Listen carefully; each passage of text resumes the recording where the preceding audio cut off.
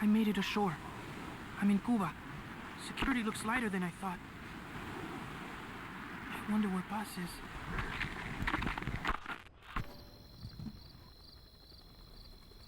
It's dark, but there are soldiers everywhere.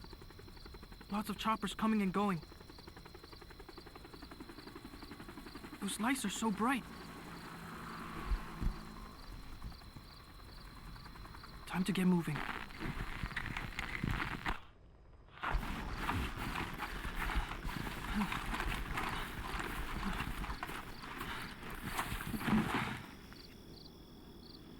I got close to the fence to see if I could spot her.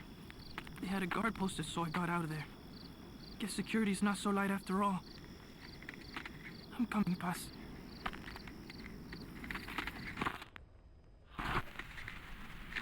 I'm okay.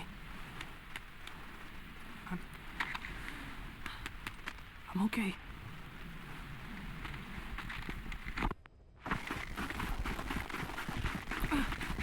I think I found her. It's gotta be Paz. No.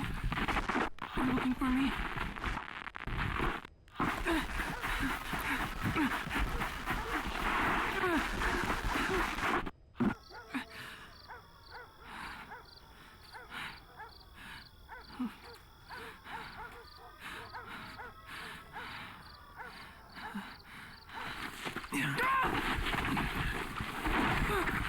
Enough! Quit that struggle! Got him secured. It's a kid.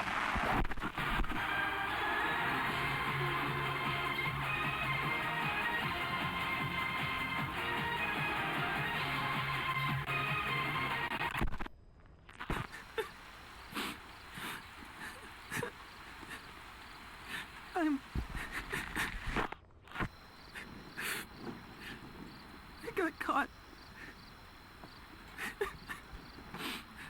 I'm in a cage. Give me back my recorder. At least whoever finds this will know what happened.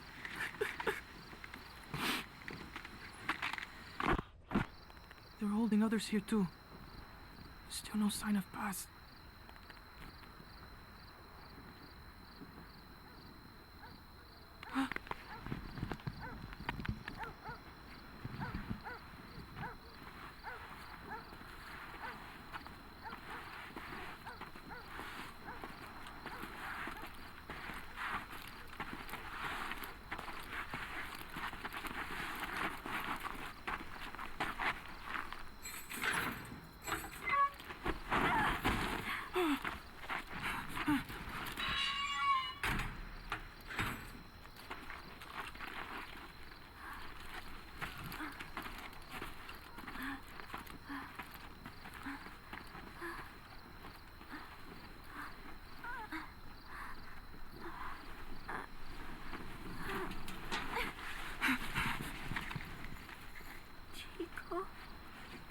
Paz?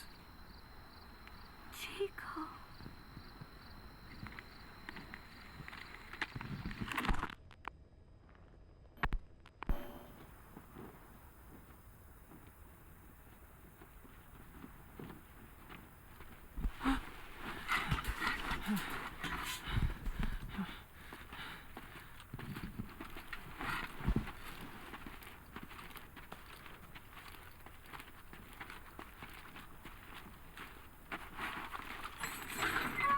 Don't touch me, you son of a bitch!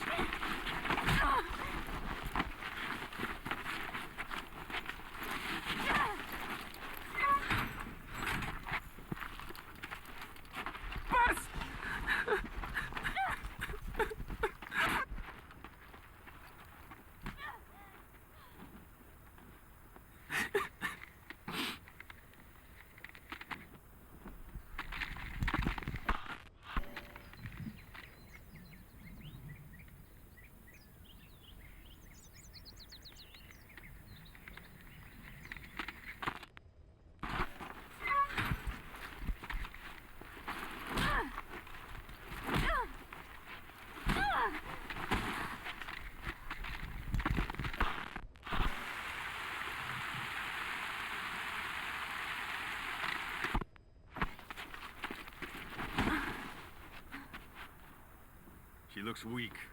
We need her alive. Yes, sir.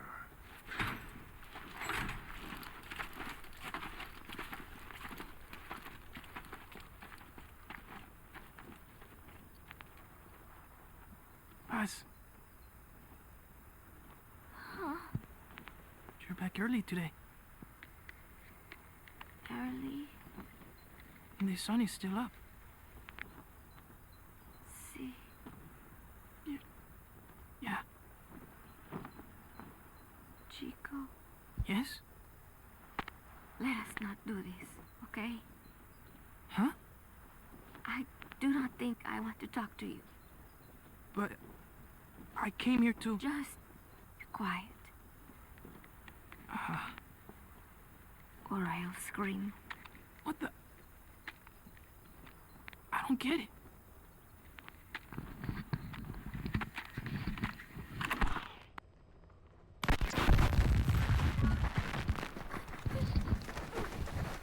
Bus!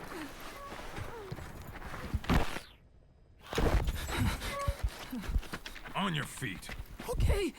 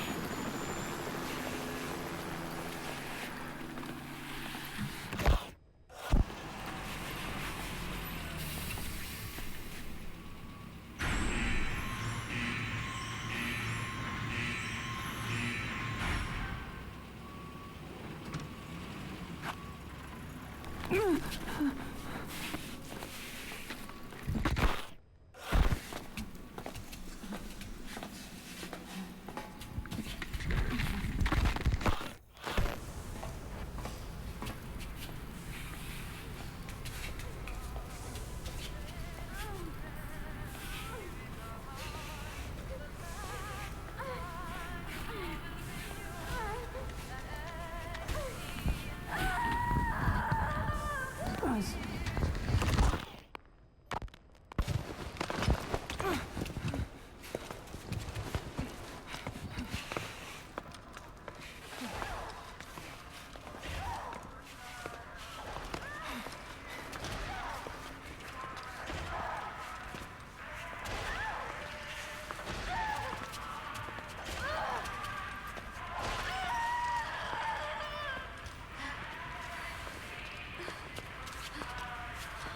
You've got company.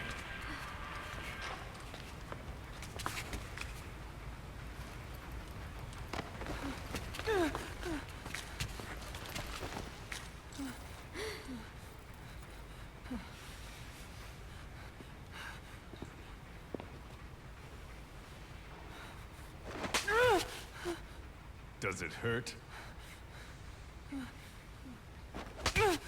Talk. Talk.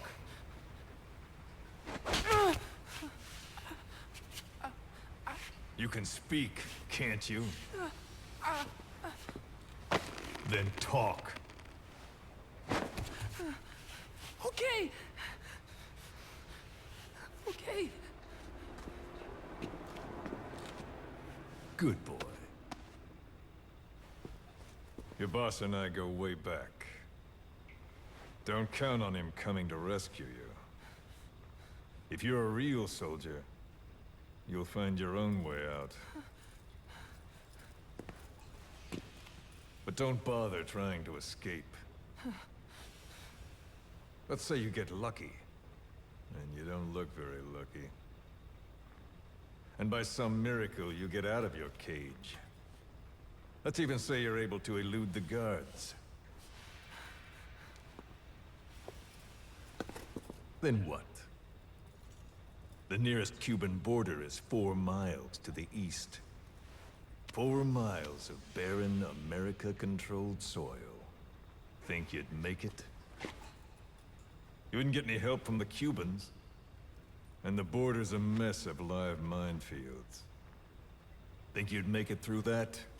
With your girlfriend in tow? If you were that lucky, you wouldn't even be here right now. But don't lose hope. There's another way out, for both you and the girl. This way is much simpler.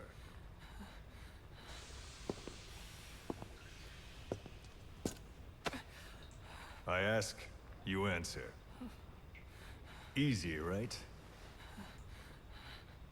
Just tell me what you know.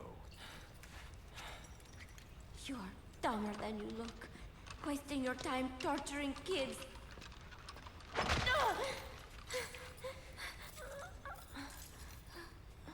Tell me about your base. Chico. Well, Chico! Hit me!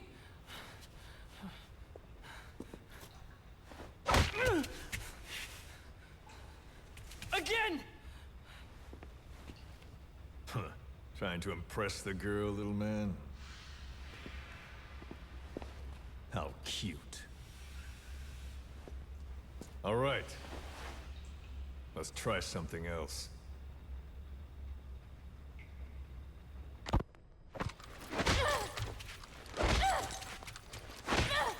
Stop it! She'll get what she deserves. We were comrades once. But she betrayed us. Deception and deceit. What better proof she's a real woman? Show him. Do you realize what you're doing? Cypher is watching. Let go of me! You will be next. Your hideous face will...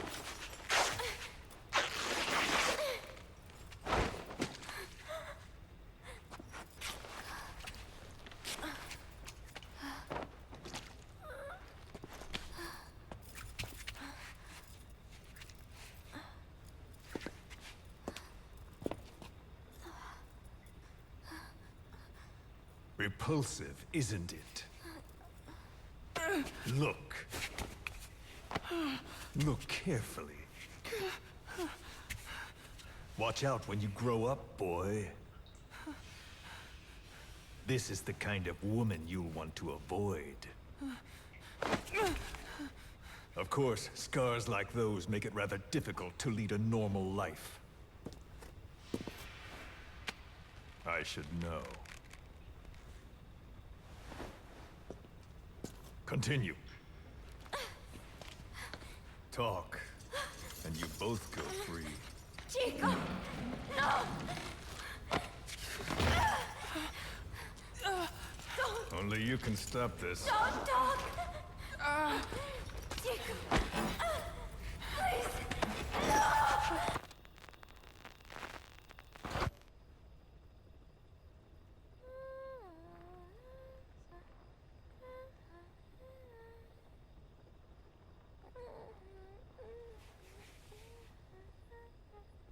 Buzz.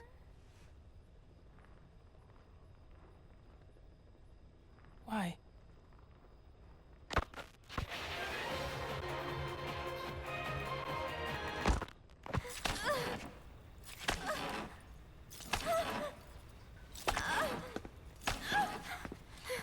Move.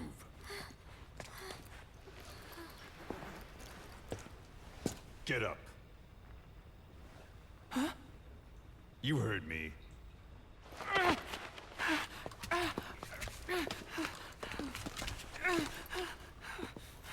Do you like what you see? I said, do you like what you see? It's like fruit. Does she look sweet or sour? A man has to know these things. Time for a taste test. Either you take her now, or you're strung up next. Don't worry, Chico. No. No. It's okay. Chico, you won't hurt me. I don't. Get on with it. I can't. Chico, No. come on.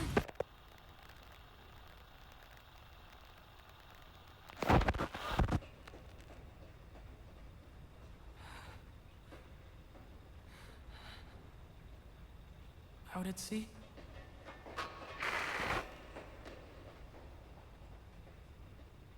Staff of 300? But usually there's... Zeke. And again. See? That wasn't so hard. You got what you wanted. Were you satisfied? We're halfway there.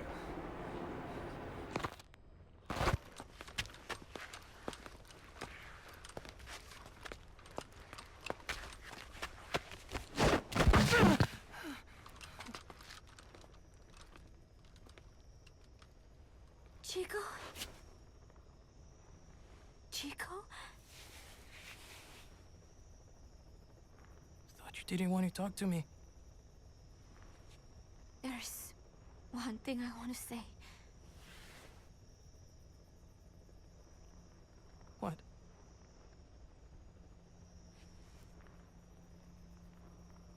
I missed you, Chico.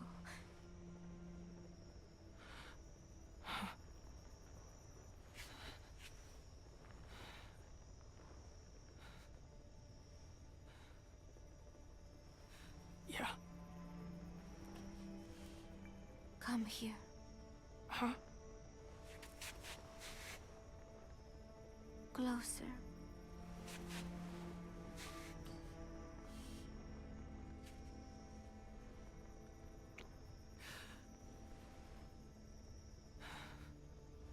No.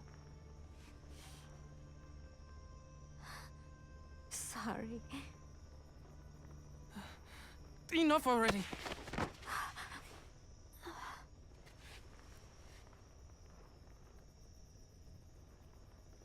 You want to do it here?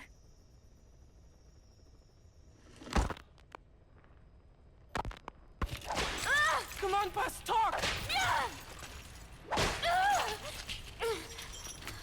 Please, Paz, I'm doing this for you. Coward! How can you say that? Traitor! Don't make me mad. You're only making things worse.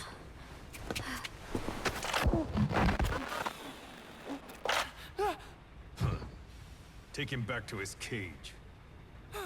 What did I do? Бегите, как от себя.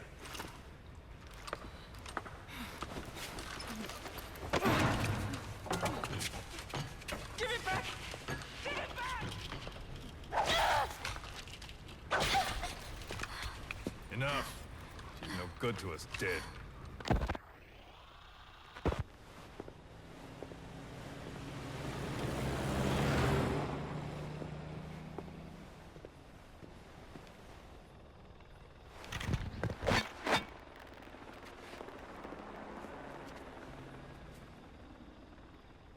Can I have it back? We've decided to let her go.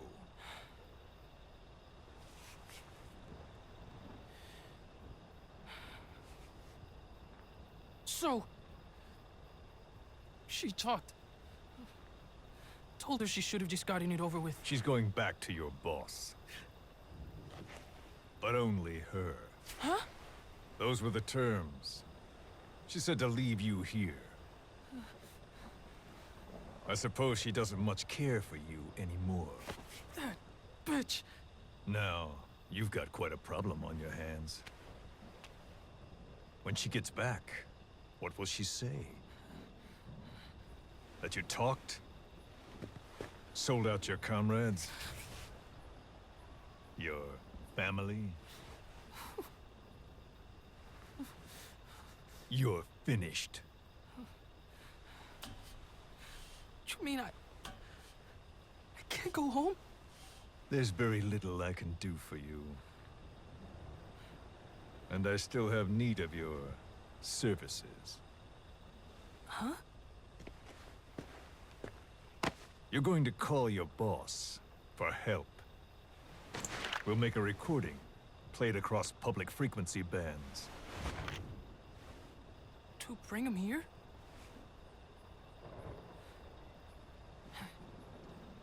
Yeah, right. Do you expect me to trust you? I'll never help you! Perhaps. But if you did, I wouldn't mind looking the other way if he did come for you.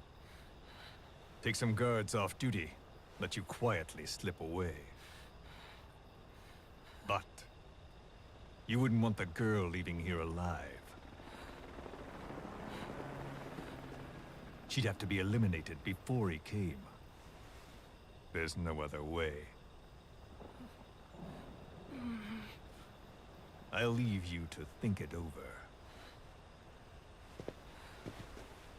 Chico, growing up means choosing how you're going to live your life.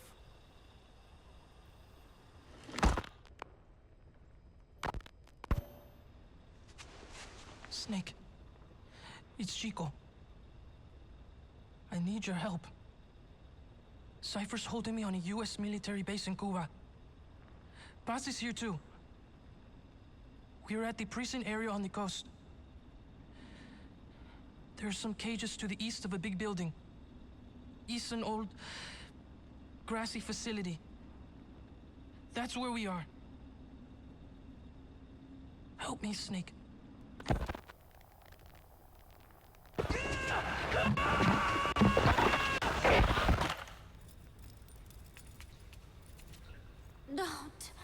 Don't do it. Kids are natural, don't you think? What do you think Big Boss will do? He'll know it's a trap, but he'll come anyway. That's the kind of man he is.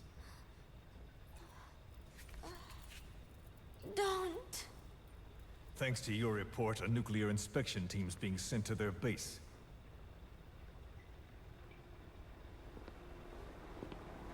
The scientist was our way in. It all ends soon, exactly as I've planned. All thanks to you. Cypher would never. Yes, Cypher will surely mourn his death. I'll have no choice but to distance myself from the group. And then they'll eliminate you. No one will be left. Think about that. Big Boss or Cypher. You can only save one.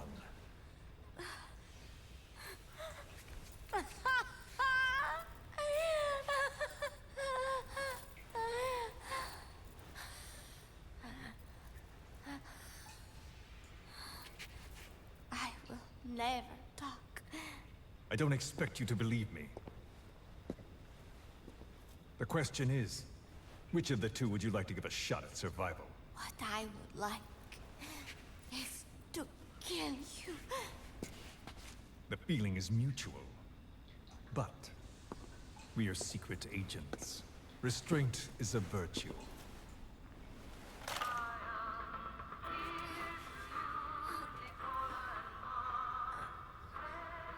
Your favorite song? Nicola, Bart, immigrants wrongly executed. But their deaths served as a message to others. That ours is a society that murders the innocent. Do you too believe your sacrifice will change the world? If so, the time is now. Cypher's been in hiding ever since his grand experiment. No one's seen him in years. All we hear are orders delivered by proxy. Except you. You met with him, face to face, in order to contact Big Boss. Tell me where he is? Where is Cypher? Where is Zero? I've never known choice.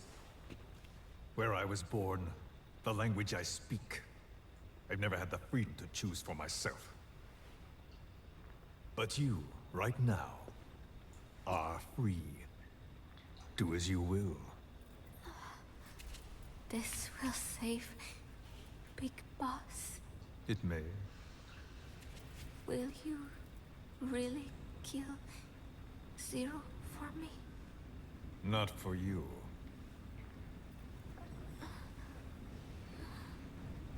All right. Zero is...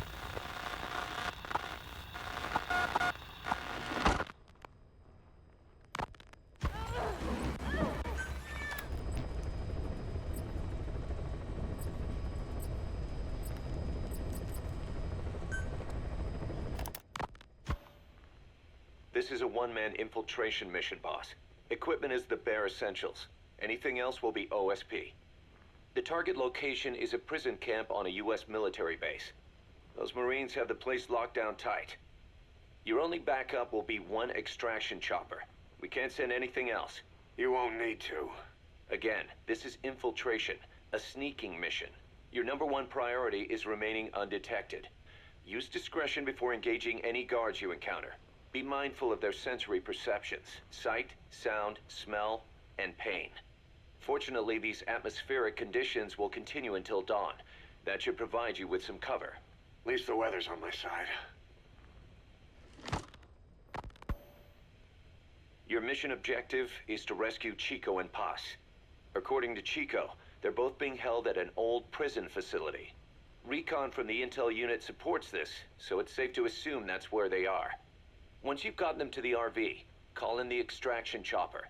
I'll monitor the situation and offer guidance from here, but you'll be the one in the field. How you handle this mission is entirely up to you, boss. Snake, yesterday we received official communication from the IAEA. It says, it has come to our attention that your organization recently purchased nuclear fuel from Uzbekistan authorities. We request permission to inspect your facilities. What a load of bullshit. Yeah, they're after Metal Gear Zeke's nuclear warhead. I'm betting this is payback from Cypher after Paz's leak. Using the UN. There's no telling how much influence they have. But the IAEA can only do inspections in countries that are party to the NPT. And we're not a country. Exactly. We haven't signed a safeguards agreement with the IAEA over peaceful nuclear use, and we're not obligated to report any nuclear material we have, nor information about any nuclear facilities. The IAEA has no authority to inspect us. But despite all that... That nuke's our last line of defense. We don't want to announce we have it until the world is preparing to wipe us off the map. Until then, we let everyone think we're just a private army with conventional firepower. What's Huey's take? That the problem's how to hide the nuke in Metal Gear. But I gotta tell you, he was all for it. I see. But there's no way we can have the IAEA poking around here. So what do? Ignore them? Send them an official letter of refusal. Say that we're a private organization and we've done nothing to attract this suspicion. You got it. We finished Zeke's waterproofing reinforcement yesterday. The day after tomorrow, we'll be done installing the main depth control tank, the compressed air tank, and the attitude control propeller pod. Huey. If the underwater test goes well, next week we'll try the 300-foot seabed depth. Drop the act, Huey. How did we end up agreeing to the nuclear inspection? Because after you sent that letter, I told them. After careful reconsideration, we agree to your request. And frankly, we should be inspected. This is our chance. If they come and go without discovering the nuke, we can tell the world we're clean. Of course, it's risky, and we'll have to make sure everything's perfect, but it'll be worth it. Huey, can they do an inspection without going through the Board of Governors? We contacted the IAEA's admin branch, and they said there's no record of us being brought up at any of the board's meetings. I'd say probably a preliminary inspection to determine whether we should be referred to the board. So it's bound to be a small inspection team, and they won't be here that long. Don't worry, leave everything to me. Has the media gotten wind of this? Yeah, 2 major Western networks want to do stories on us. I planned on saying yes. What? You want to broadcast this place to the world? That's why I agreed to the inspection. This is a golden opportunity. We can use the media to prove to the world we don't have a nuke. Besides, even if we said no, it would just be delaying the inevitable.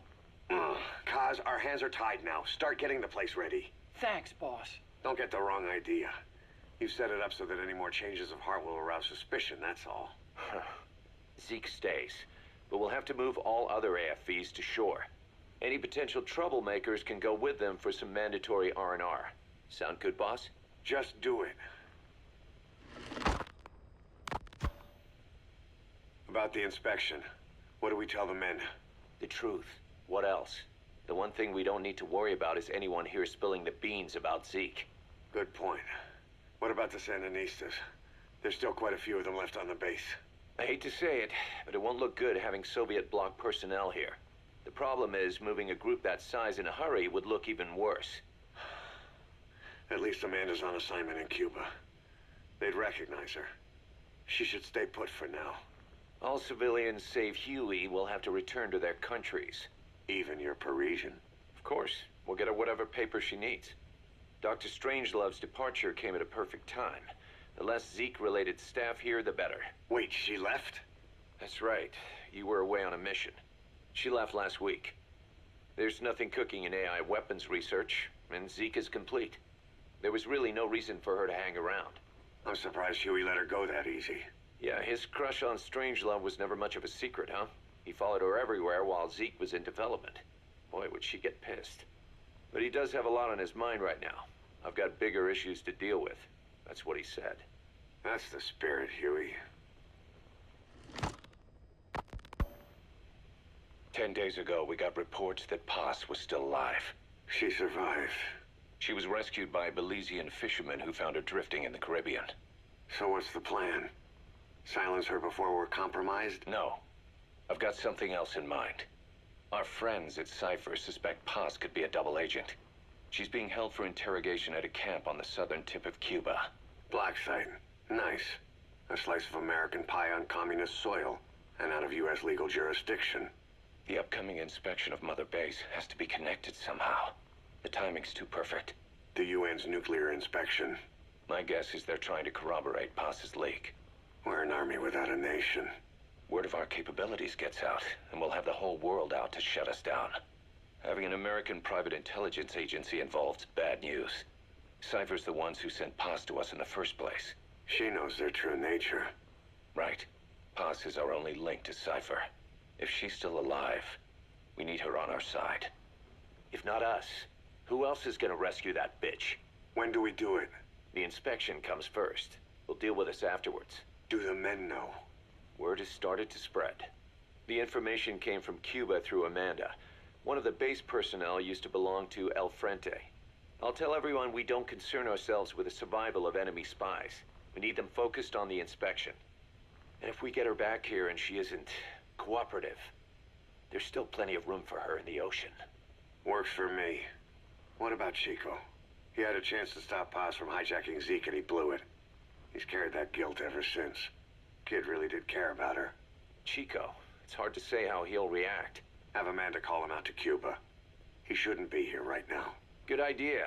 They haven't seen each other in a while. Little time with Big Sis and he'll forget all about you-know-who.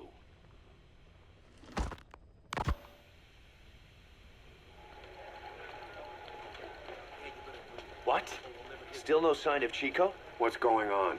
It's Amanda in Cuba. Our resupply package arrived, but Chico wasn't with it. Relax, Amanda. I'm sure he's just exploring Havana or something. First time in the big city. Could have gotten carried away. Cos, wait. The boat Chico was on, did it stop anywhere before it got to Havana?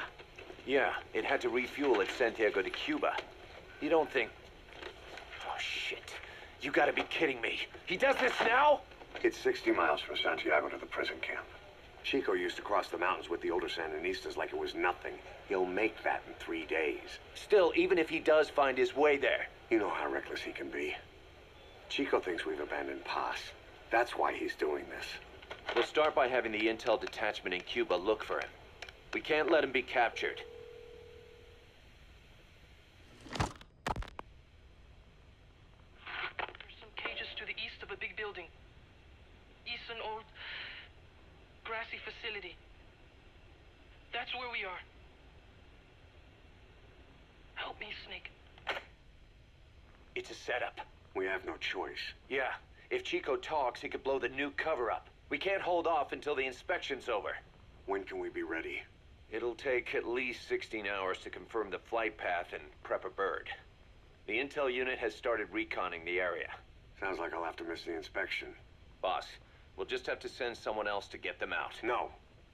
I'll go. Yeah, Chico and Paz would only take orders from you anyway. We can't go taking on those Marines at the base head-on.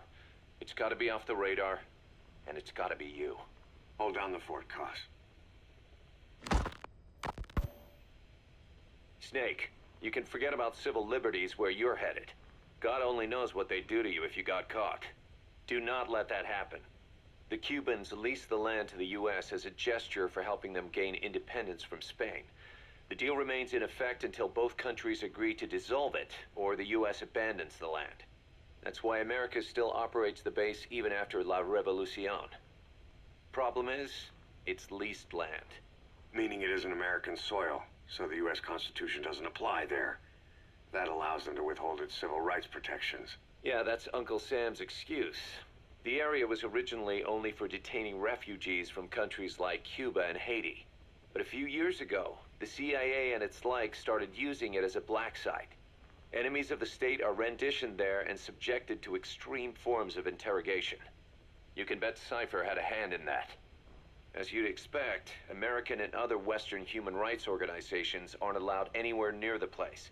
What happens there disappears down the memory hole. Who knows what they're doing to Chico and Paz? I'd like to interrogate her ourselves. But if worst comes to worst, make sure she's dead. Chico, on the other hand, we have to bring back, fast.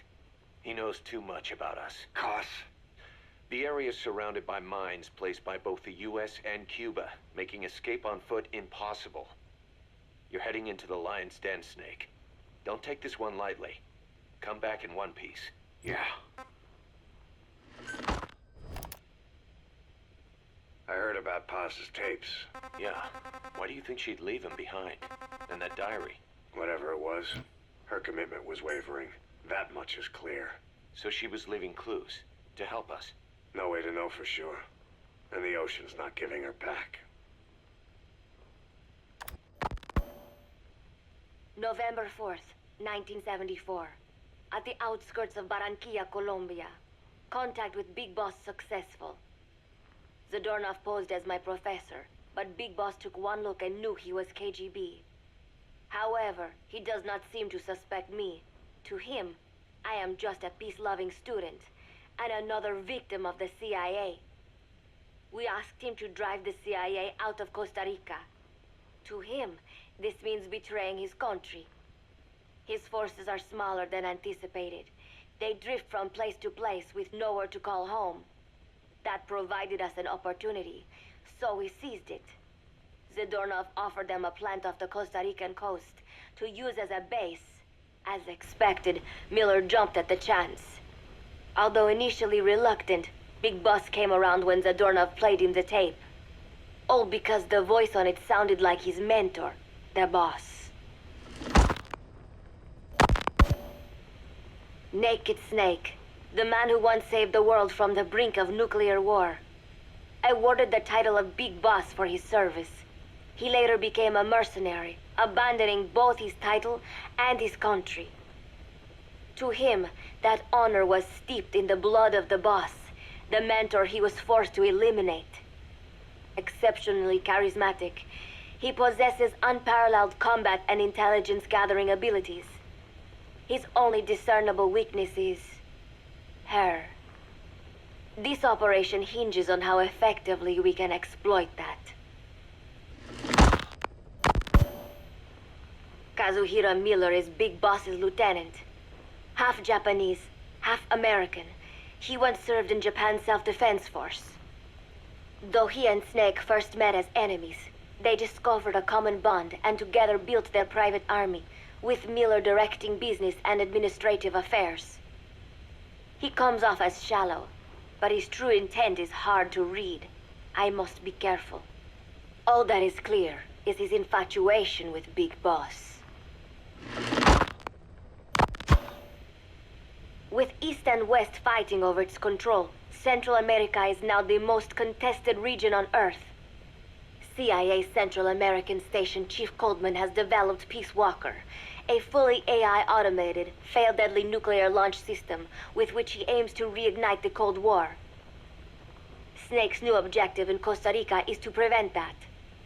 Zadornov's, or should I say, the KGB's plan is to play the two sides against each other, turning the entire region red. Not one of the three parties realize they're all just pawns in Cypher's hands. Cypher watches all. Mother Base has developed rapidly since being established in the Caribbean Sea. They recruit more personnel daily, and already their mercenary services are turning a profit. Big Boss's leadership and charisma, and Miller's business acumen drive this impressive growth. Furthermore, joining forces with a faction of the FSLN has expanded their power even more. They have even commenced their own weapons development program. All is proceeding according to Cypher's will.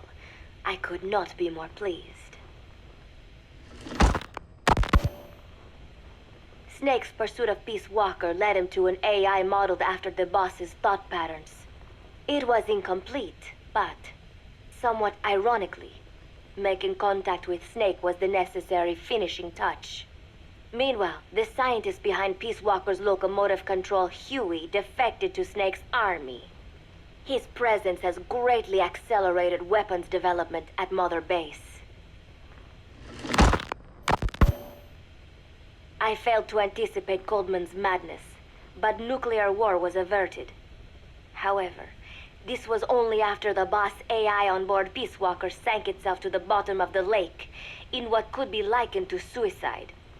The boss laid down her gun, choosing to sing for peace instead, and Snake, himself a gun, parted ways with her. In doing so, he reclaimed the title he once abandoned. He is Big Boss. Zadornov has been detained. Since this leaves my cover identity without a guardian, the Mother Base staff has taken me in. I am now better placed than ever to monitor their internal affairs. Everything continues to unfold according to plan. The developer of the boss AI, Dr. Strangelove, has also come to Mother Base. With her and Huey's expertise, they can now develop a weapon capable of matching Peace Walker. Development on the bipedal weapon is now complete. They call it Metal Gear Zeke. It stands there like some sort of mystical guardian. The soldiers gaze on it with pride and reverence. Big Boss has elected to arm it with a nuclear weapon. As an army without a nation, they seem to feel the need for a deterrent against whatever the world might pit against them. It is a dangerous gambit. Why do such a thing? Their nuclear strategy differs from the Americans and the Soviet Union. The superpowers deter attack by revealing their nuclear arsenals to one another. Snake and his men know that if they were to go public with this, the whole world would unite against them. Business would dry up overnight. So they do not plan on revealing the nuke until necessary. This ace-in-the-hole approach is their idea of a nuclear strategy. Wielding a deterrent, all the while unable to reveal its existence. I wonder if Snake sees how vulnerable this makes them. Yes. Hijack Zeke? Yes, I did indicate that to be our leverage. But I cannot imagine his agreeing to that now. But did you not raise them to safeguard your governance without borders? No. I have not forgotten. Cypher watches all. Yes, things are proceeding, but modifying Zeke has not proven easy. I am using Zadornov to buy some time. No, I have not forgotten what you said. However, well, forgive me for asking, but this is you I am speaking to, isn't it, Cypher? I will fight Big Boss. The world must be ruled by a single will. To defy Cypher is a fate worse than death.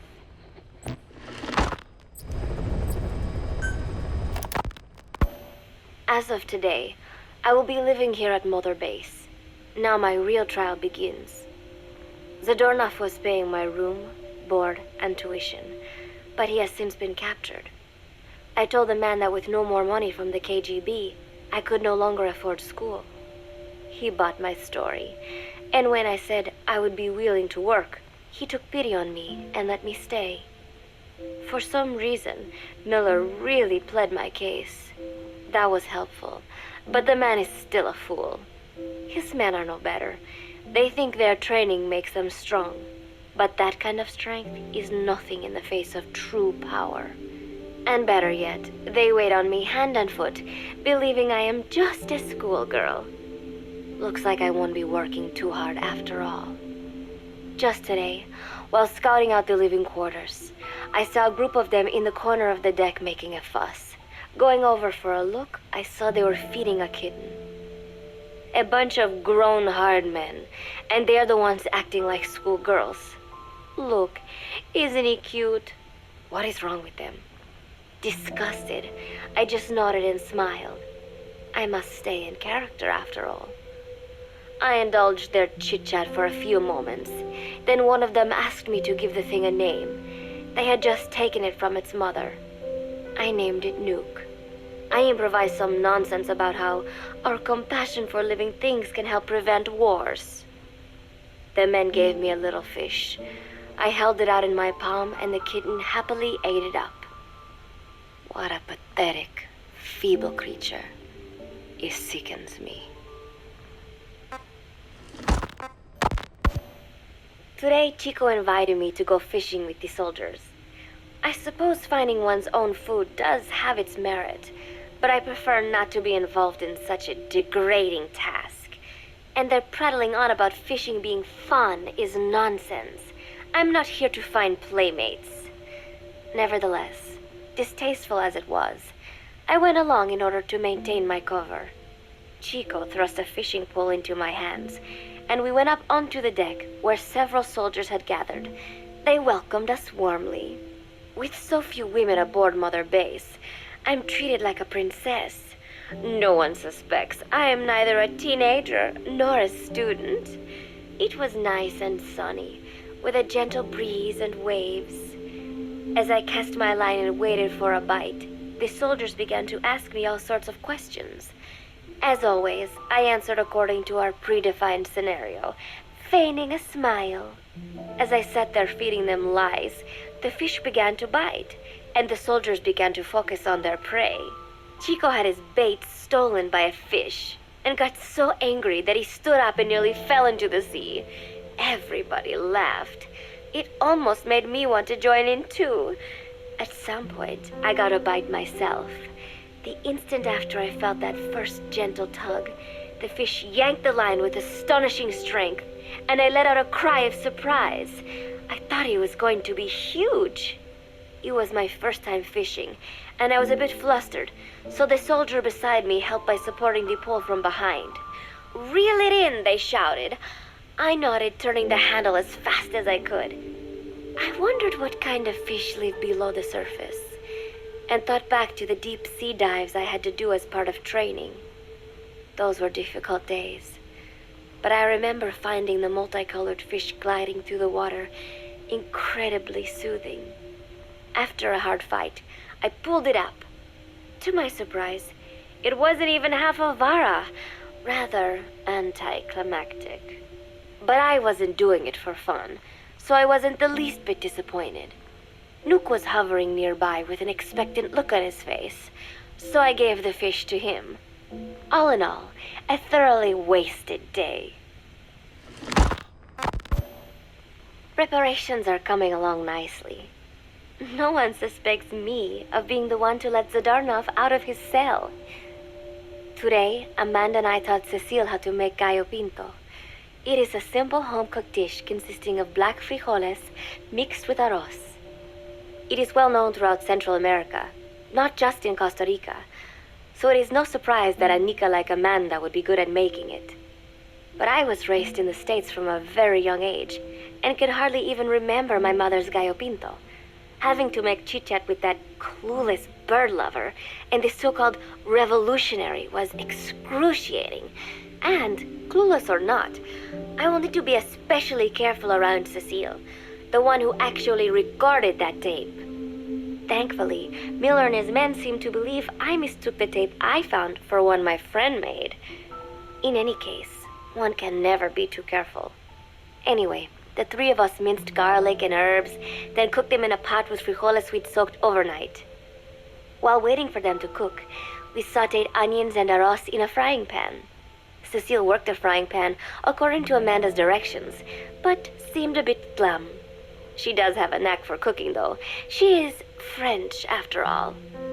We added water to the pan and watched the arroz begin to steam.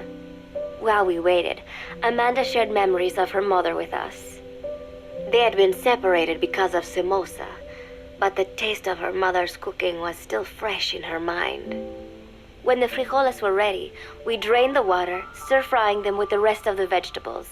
Quite a complicated process for home cooking. Nonetheless, it kept them occupied. The longer we sat and talked, the greater the chance of my arousing their suspicions. With women, it is not enough to just bat your eyelashes and giggle. It takes a lot of effort to divert attention. When the arroz was done cooking, we folded it into the frijoles and added salsa, stirring the mixture as it simmered. At this point, for some reason, the conversation turned to romance. Why does it have to be that way whenever women get together and chat?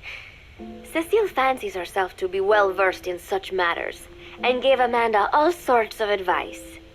It was harmless enough, until, to my irritation, she began pestering me whether there was anybody I liked.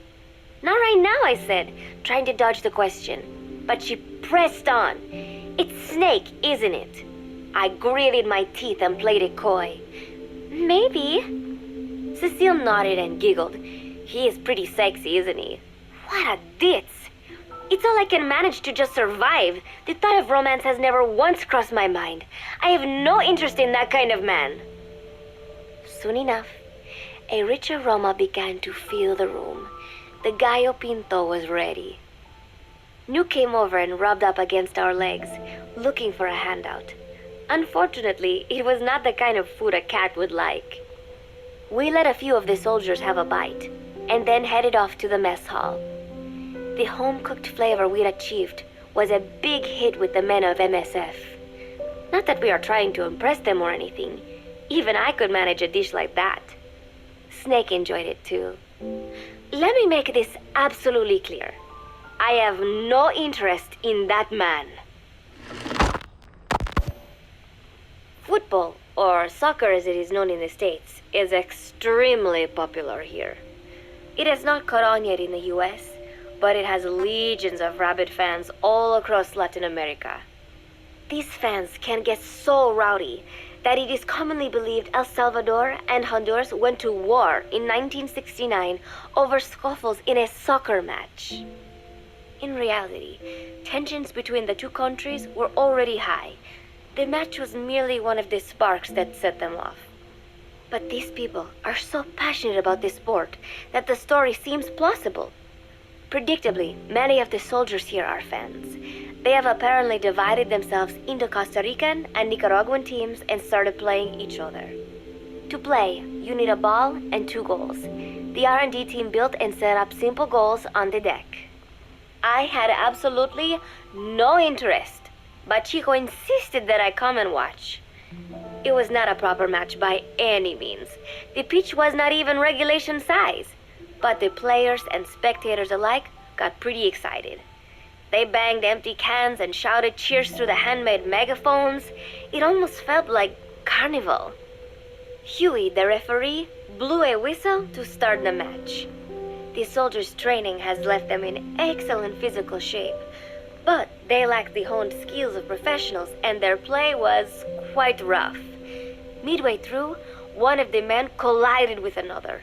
They started shouting at one another, but Huey stepped in.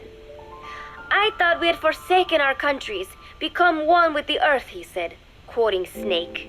"We're not competing for national pride here, and we are not fighting for the good of any one country. This is not a war. Soccer is a peaceful sport, am I right?" The soldiers nodded. They know the pain of war, and they share Snake's vision. Perhaps that is why all this resonates with them. Team Costa Rica was down a man, and somehow I was picked to fill in. Costa Rica had the advantage up until that point. I suppose Huey wanted to keep it balanced. The soldiers agreed with Huey's call. Maybe the Costa Rican players felt an even matchup would be more fun too. I could not be bothered to run at first, but chasing the ball out there in the hot sun, I was soon drenched in sweat. Before long, I found myself actively seeking out the ball, partially out of desperation. I picked up a loose ball deep on the opponent's side of the field. Even though he's Nicaraguan, Chico cheered me on, yelling, "Go for it, shoot!" I launched the ball as hard as I could, only to have it blocked by the keeper. Disappointment only increased my determination. In the end, I didn't score a single goal, and Costa Rica gave up its lead. It was really close, though. We congratulated each other on a good match and sprawled out in the shade on the deck, exhausted. The ocean breeze felt so nice on my sun-soaked body. Nuke came over.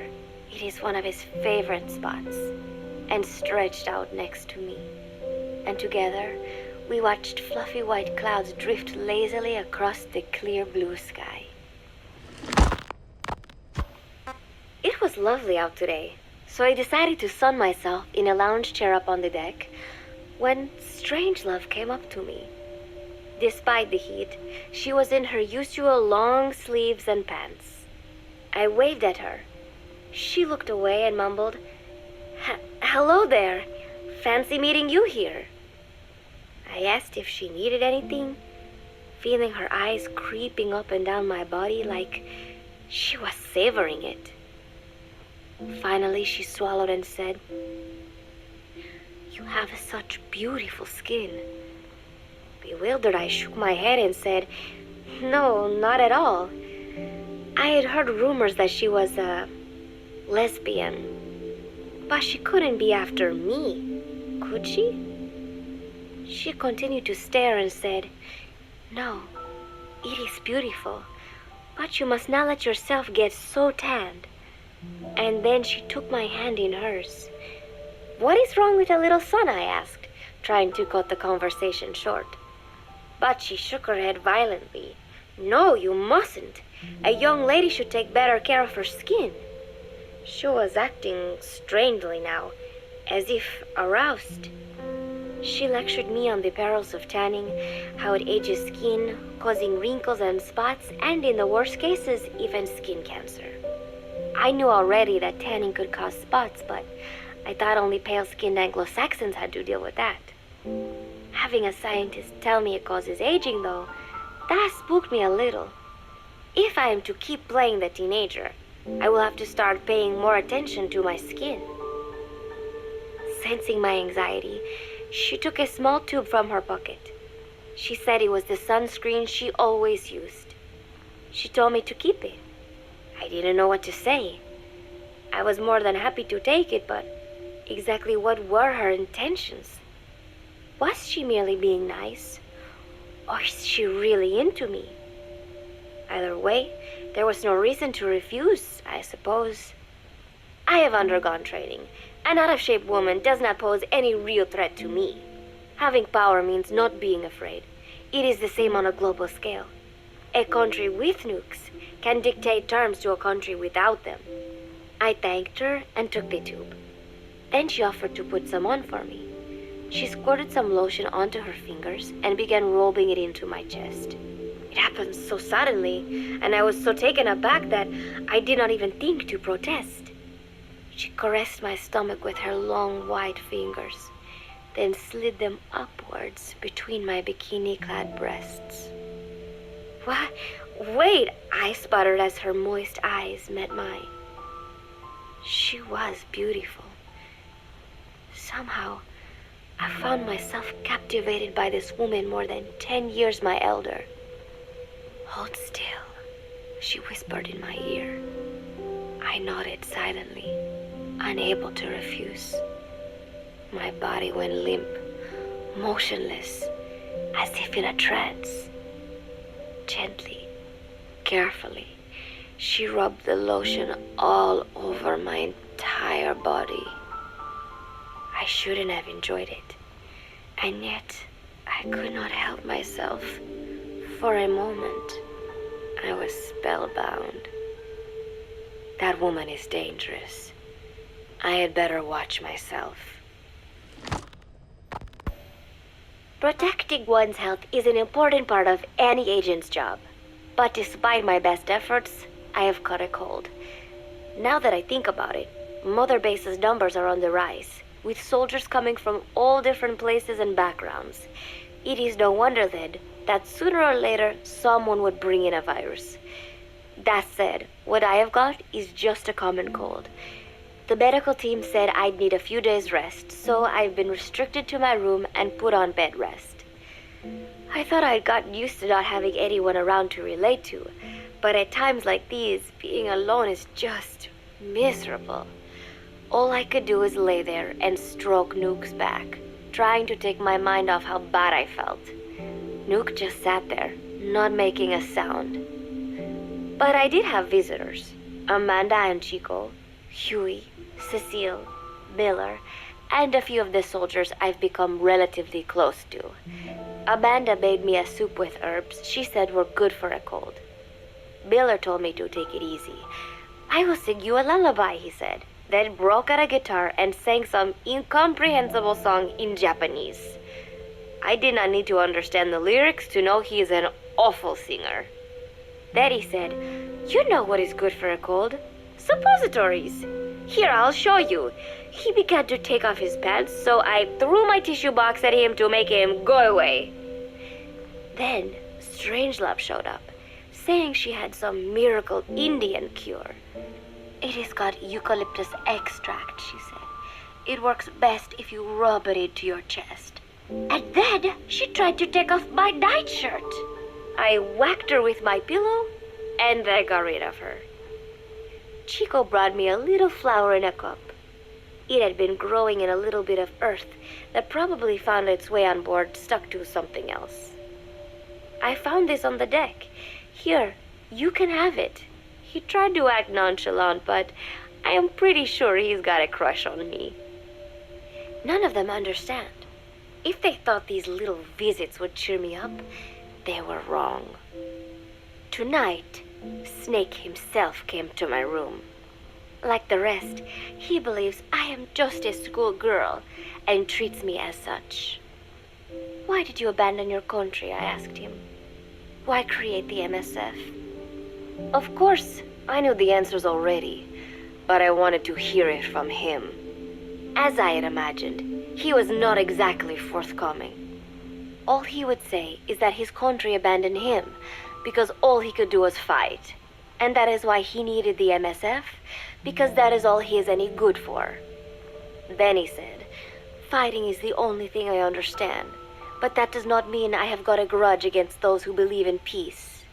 I am not one of them, and I do not believe in peace. Conflict is in man's nature. We fight our enemies in order to survive." Maybe we are not so different after all, he and I. But that is exactly why I'm going to have to kill him, or else he will have to kill me. When I stop and think about this wretched existence, being killed by a man like that suddenly does not seem like such a bad thing. Every month, Mother Base throws a party for all the soldiers whose birthdays fall in that month. There is something strange about a military organization having parties. Really though, it is just an excuse to drink and make noise. It is not easy to get alcohol in a fortress in the middle of the ocean. Most days they are training from dawn till dusk. They do not have time for things like drinking. That is why Snake and Miller came up with the idea to give everyone a chance to let loose. Obviously, a bunch of boors like that are not going to bother with blowing out candles on a cake. Rather, they sit there in a cloud of cigarette smoke, drink beer, eat meat, tell tasteless jokes, and swap crude insults about one another's hometowns. But it hardly ever breaks out into something serious. They talk up a storm, but they're just having fun. It is funny. You have got members of FSLN rubbing shoulders with the UCLAs, people who once would have considered the other mortal enemies.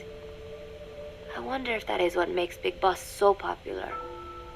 In leaving their countries behind, they leave their hatred for other countries too. Miller seemed a little protective of me. Hope they're not being too crude, he said. But soon enough, he too was drunk. He yelled, "Come here and take a look at the real Kazuhira Miller," then dropped his pants and mooned everybody. The other soldiers burst out laughing. I have never seen such a crude, ridiculous party before. And yet, all these people, laughing and acting the fool. Is this what they call peace? For some reason, I began to think about all that has happened since I came here. Fishing with Chico, cooking with Amanda and Cecile, playing soccer, having visitors when I caught a cold. When I stop and think about it, my time here has been the most peaceful of my life. But that is about to end.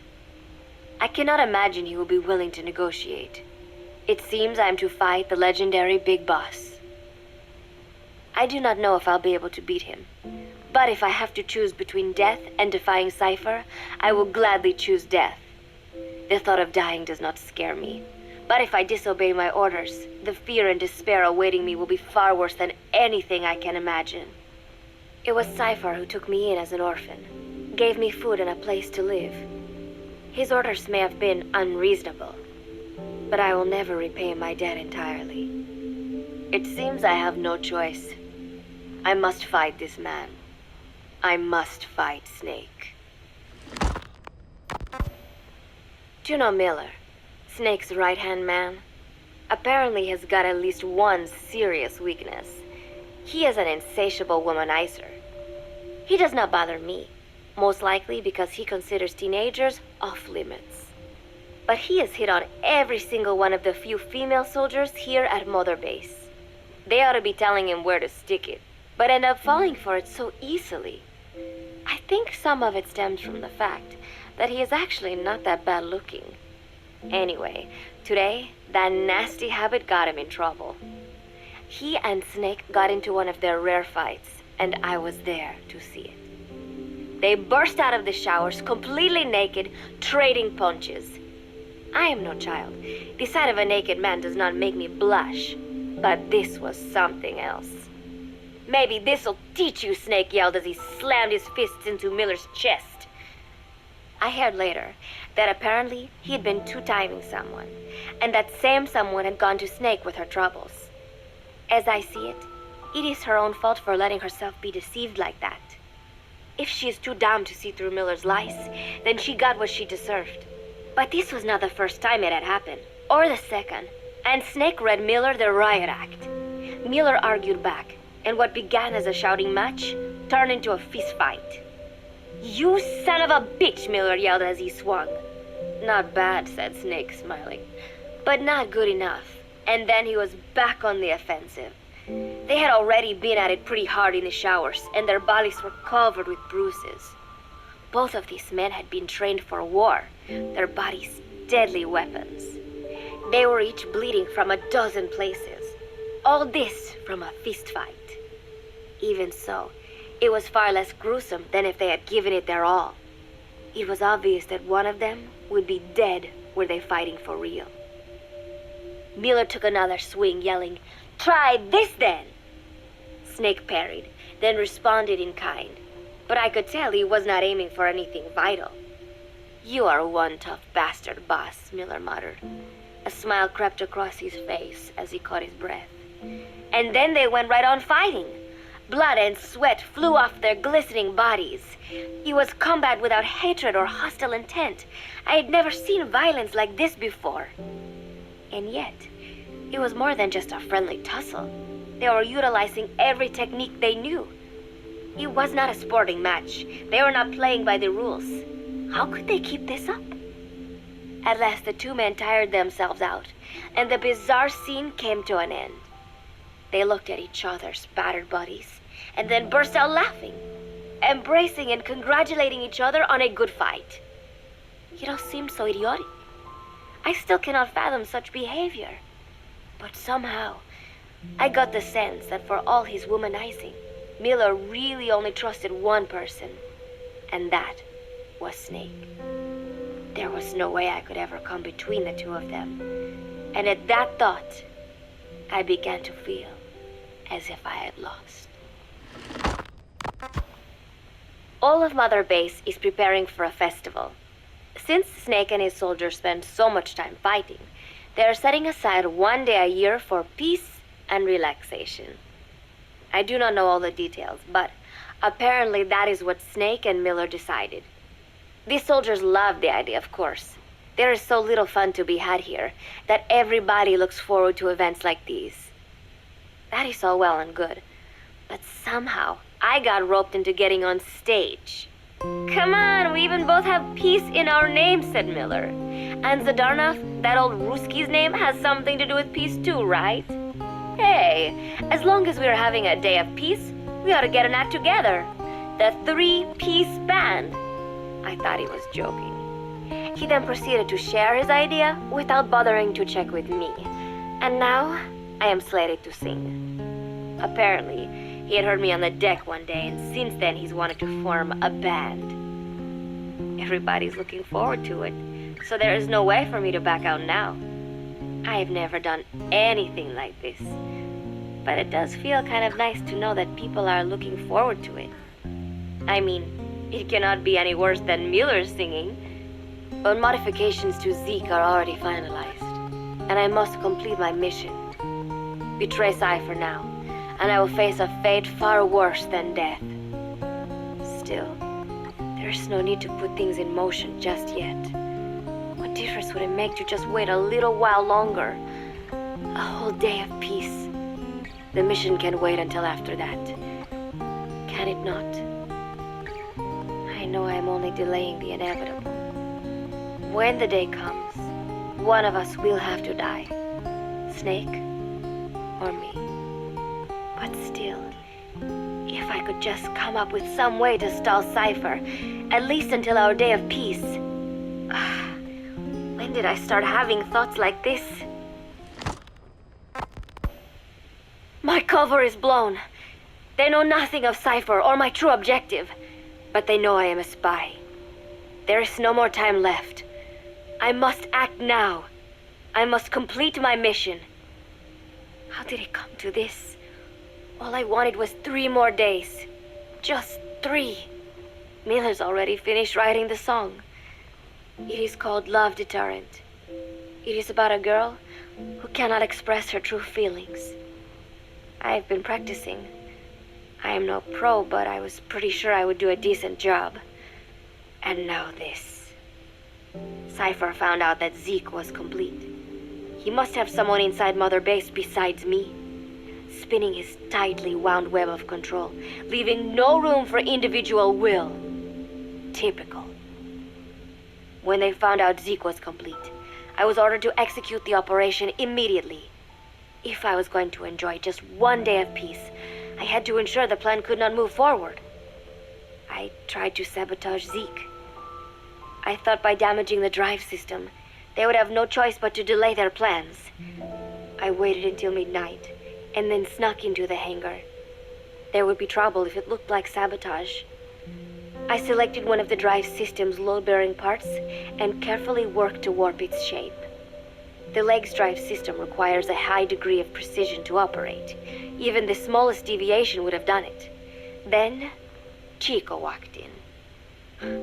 Maybe it was one of those nights where he could not sleep. In any case, he saw me, panicked, and took off running. It would have been easy to kill him. but I could not. I know he likes me.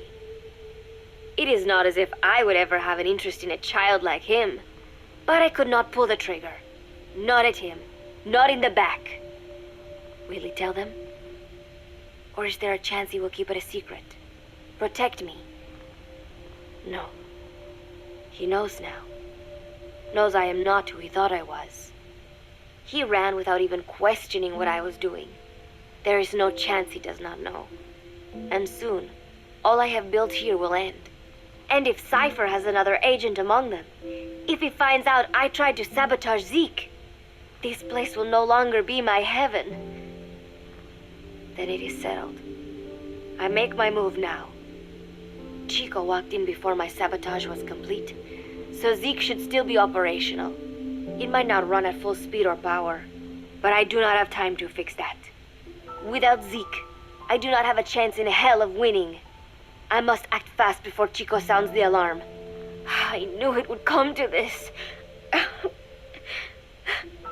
I just did not think it would be so soon. It is time, Zeke. Metal Gear Zeke. Activate.